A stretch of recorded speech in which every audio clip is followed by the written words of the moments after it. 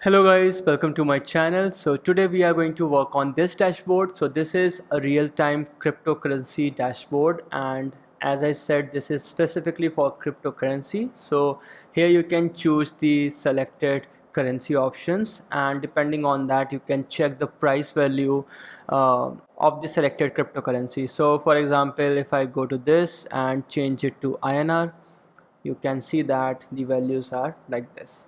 So you can even see at what date what was the exact price. So this is what we are going to build in this video. And if you are new to my channel, if you haven't yet subscribed to my channel yet, please do. It's a simple thing that you just have to hit that red colored subscribe button. That's it, nothing else to do. Now let's kickstart this video. Let's see how we can build this dashboard. Alright, so first thing first would be to clean up everything so that we can start slow and fresh. So let me close everything up from here and stop this. So I'll start by creating a new Python file, and let's name this crypto tracker. Okay, so first thing first would be to use Streamlit. So if you don't have it yet, you need to install it. So again, you can use pip here.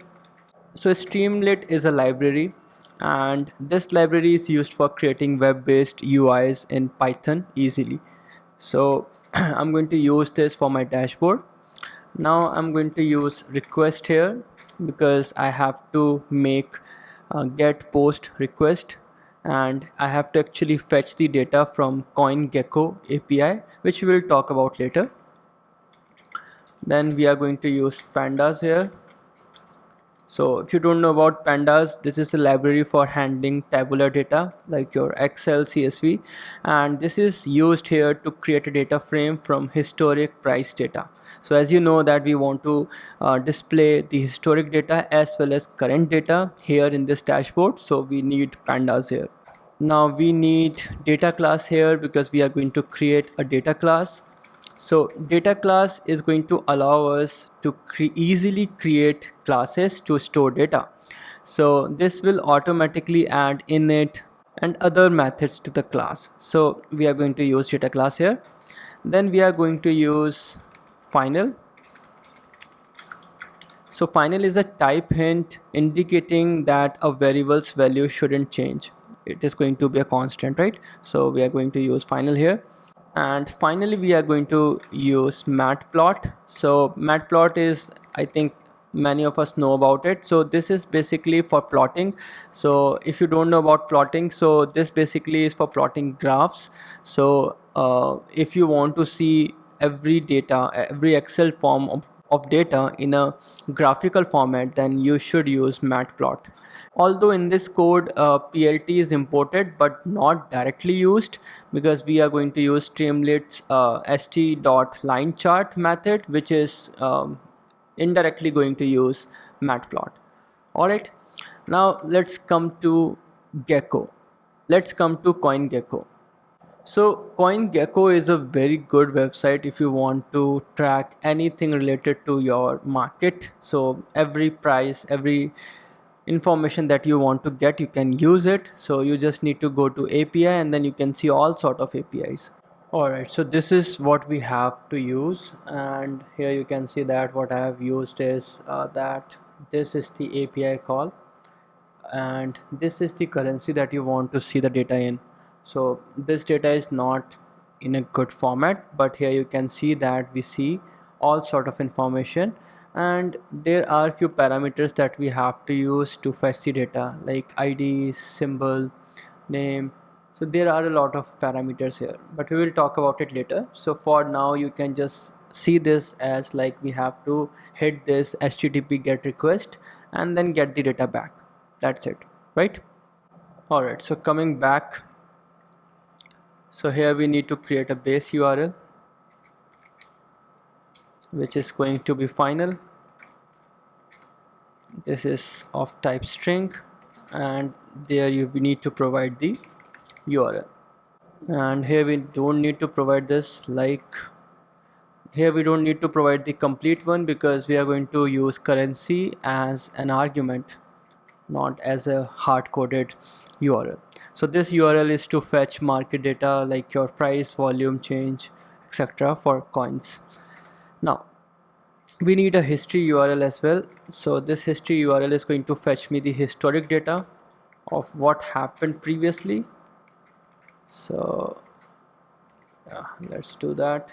So again, the URL is going to be similar, but here what we are going to do is, and here we need to provide the ID of which coin do you want to get the market data. So market chart, right? Now this is your second URL. So this URL is to fetch historic chart data for a specific coin based on coin ID, right? Now we need to create a data class. So this data class is going to have some parameters, and these are the only parameters that we have to use or fetch. So let's do that. So we will create a coin class.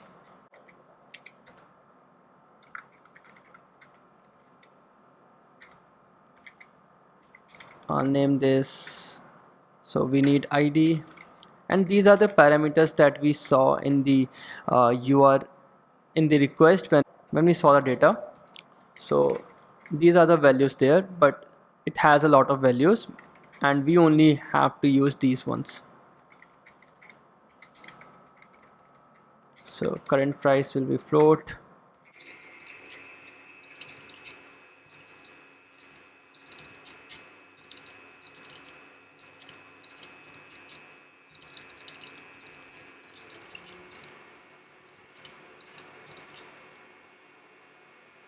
So here we can check these values. So we have current price, symbol, name, ID, and then we have high 24 hours and then low 24 hours. Then we have price change percentage as well here. So these are the values that we are going to fetch.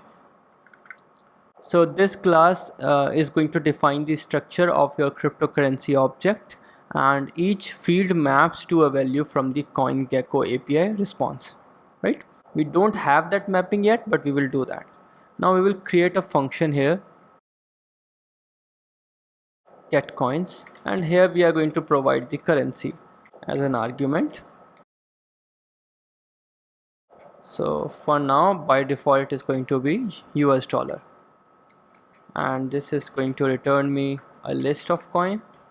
Now the idea behind this method is to fetch top 50 cryptocurrencies in the specified currency. So USD is going to be the default value. You can decide on providing another value as well. Now this returns me a list of coin object, right? I have to put this method outside. Now let's define a payload here. So this payload is going to be a dictionary that defines query parameters for the API call. So the query parameters are going to be like your VS currency first, then order, in which order do you want it to be. So I want it to be in decreasing order. So market cap, then how many cryptocurrencies per page. So like I said, top 50, so here we will say 50, and then how many pages. So 1. all right, now we have defined the payload. Now let's get a response. So request dot get, and here we will provide the base URL and params equals to payload. Alright, now we have the response with us, but we need to send the HTTP GET request to fetch market data as well. So this basically is a HTTP GET request to fetch market data. And now if something goes wrong, let's say if API fails, in that case we need to raise an exception. So here we will say response dot raise for status. Alright, now if nothing goes wrong, in that case I want to get the data back like this. Okay, now we need to convert this JSON response into a list of dictionaries because we want to format the data. So how to do that?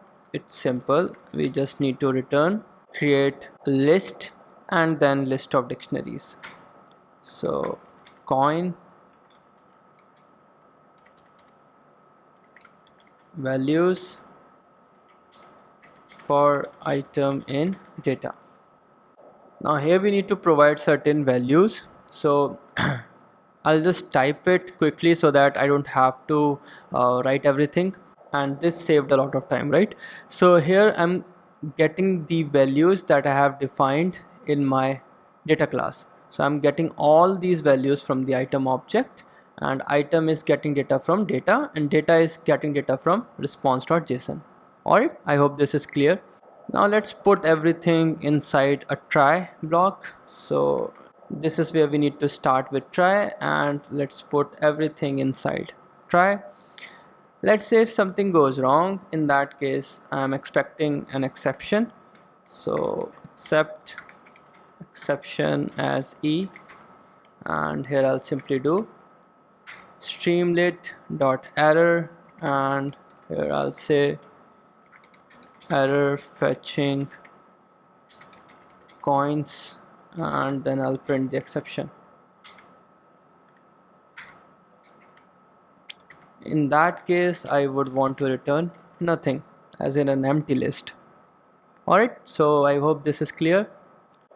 This should be get coins. Now this is for today's data, as in what you want to fetch, as in what price do you have for today. But we need to also fetch the historic data, so for that as well we need to create a method.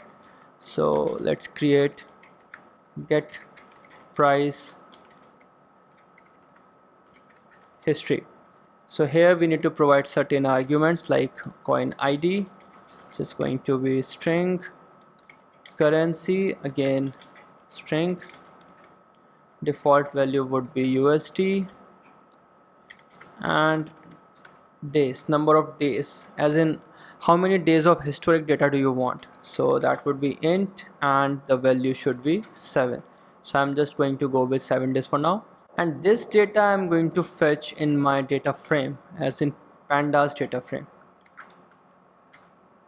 Alrighty, so this fetches historical price data of a coin for the last 7 days. Now first thing is that we need to format the URL, because we have an argument that is needed in this URL. So format, and here we will say ID equals to coin ID.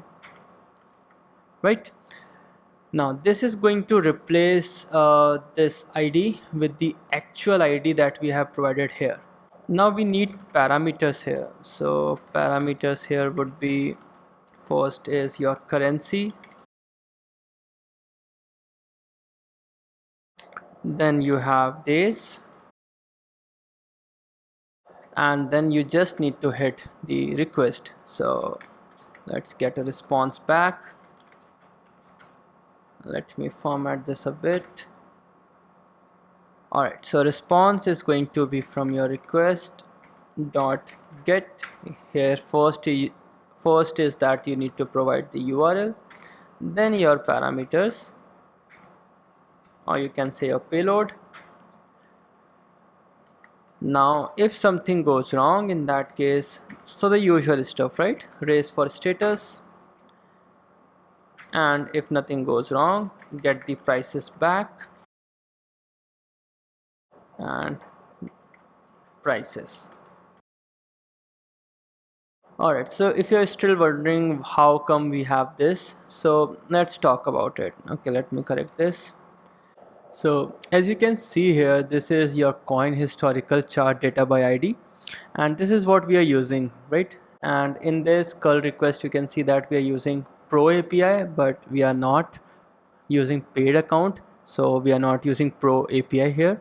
So everything from Pro, you can see that we are using the same. So here we have ID, market chart, and this is what we are hitting, right?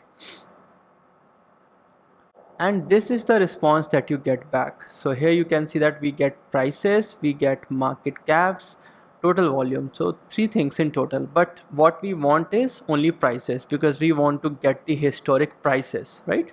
So that is why we are specifically working on prices here, right? Now let's continue ahead. Now we have the prices with us. Now we need to create a data frame. So data frame is going to be again from your pandas. So pd.dataframe, and here what I want to use to create the data frame from. So here we need to convert price data to pandas data frame with columns like timestamp and price. So we are going to provide the columns here. So timestamp is going to be useful because you want to see at which time what was the price, right? So something like this. Now we have our data frame with us. Now what do we need is we need to convert timestamps from millisecond to a readable date time format. So if you can see here, this is your timestamp, this is the price. Is this readable? No. So we want something readable. So how do we do that? It's simple. From your data frame, what do you want to update? Timestamp. So let's do this like this, and there is a method to date time, and here we will provide again data frame timestamp because this is what we need to convert, and then simply the units. In which unit do you want to convert? So I'm going to go with millisecond. So this is going to convert timestamp from milliseconds to a readable time format. Alright, now we are going to simply return this data format back, and we are done with this method. Okay, one thing that I missed is that we need to handle try and accept as well. So that we need to handle here. So let's put everything inside try, and then here we need accept. So let me copy this, and what we need to do here is we need to say could not fetch history, and then the exception. Inside here what we will do is, so this shouldn't be an error, this should be a warning, and here we will say data frame. Alrighty, now we are done with the data fetching stuff. Now what do we need is we need UI portion, right? So we need that. So for Streamlit UI setup, if you don't have it installed yet, do it, otherwise this won't work. So first thing is that we need to do some page configuration. So set page config, and here we will say page title equals to crypto tracker dashboard. Alright, then the layout I would say wide. Alright, now we need to display the main title of the app. So for that you just need to do title, and here we will say real time crypto tracker dashboard. Alright, now in the sidebar I need the currency selection. So currency selection or coin selection. So currency is going to be in sidebar, and then we need a select box. And what do you want to select here? So select currency, and then the values which will be in list. So first let's say USD, then INR, then Euro, and let's say Japanese yen.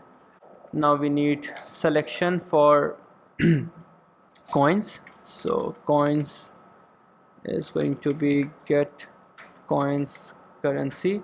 So here we are creating a drop down on the sidebar to choose the currency, and then we are calling the get coins method with the selected currency, and then we are storing the result to coins. Now comes the main UI. So if coins are fetched successfully, in that case first we will check if coins are there.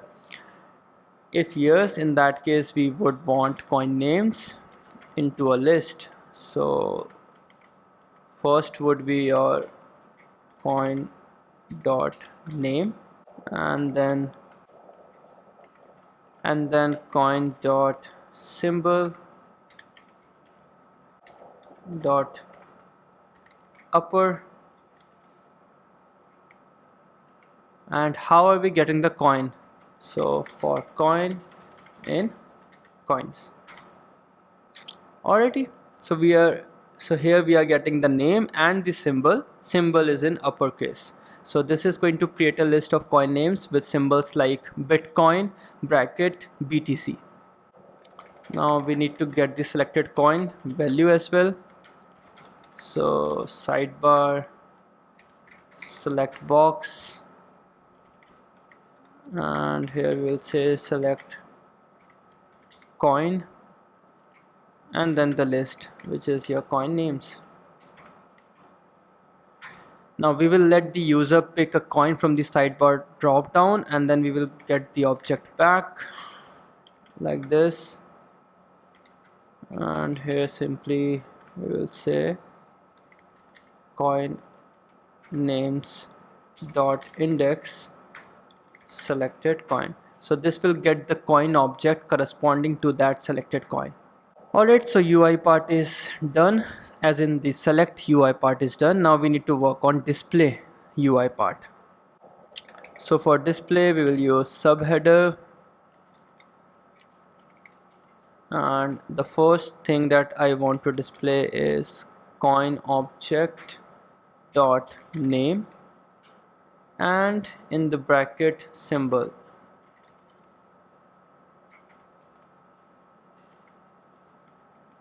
Coin object dot symbol dot upper. Alrighty, header is done. So this is going to display the coin name and symbol as a subheading.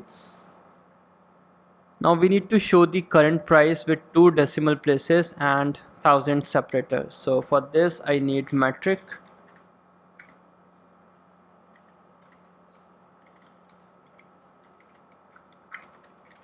Current price and coin object dot current price. So this is for your 2 decimal places and 1000 separator. And let's format this a bit, and then we need currency dot upper. Alright, now we need to create 3 columns for the 3 next metrics. So let's do that. Call 1, call 2, call 3 equals to columns, and here we will say 3. Now here we need to show 24-hour high, low and price change percentage. So let's do that. So call 1 dot metric. So first column is a 24 high,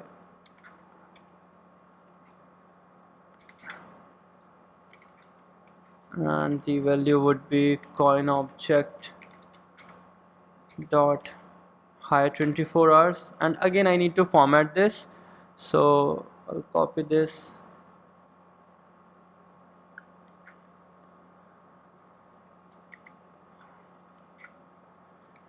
Right, so first column is a 24 high, second would be low. So let's say low here, and instead of high 24 this would be low 24. And then third would be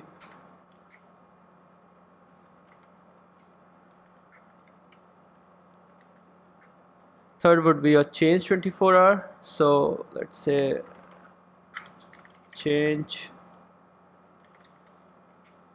24 hour, and here we will use price change percentage 24 hour, and here we will simply do percentage like this, and then you can use color, so you can inverse color as well, like red for gains, green for losses, something like that. Or you can skip this part, so I'm going to skip this part for now. Now comes your mat plot. So so for plotting, I will create an object df history and get price history depending on the coin object ID and the currency. Alright, now if not df history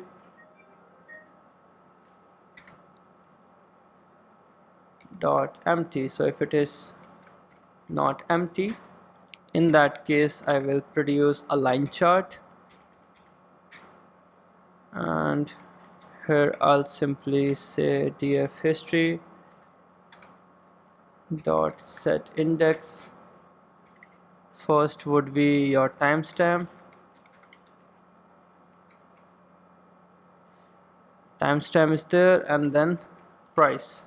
That's it, we are done. So if data is available, it will plot a line chart of price over time.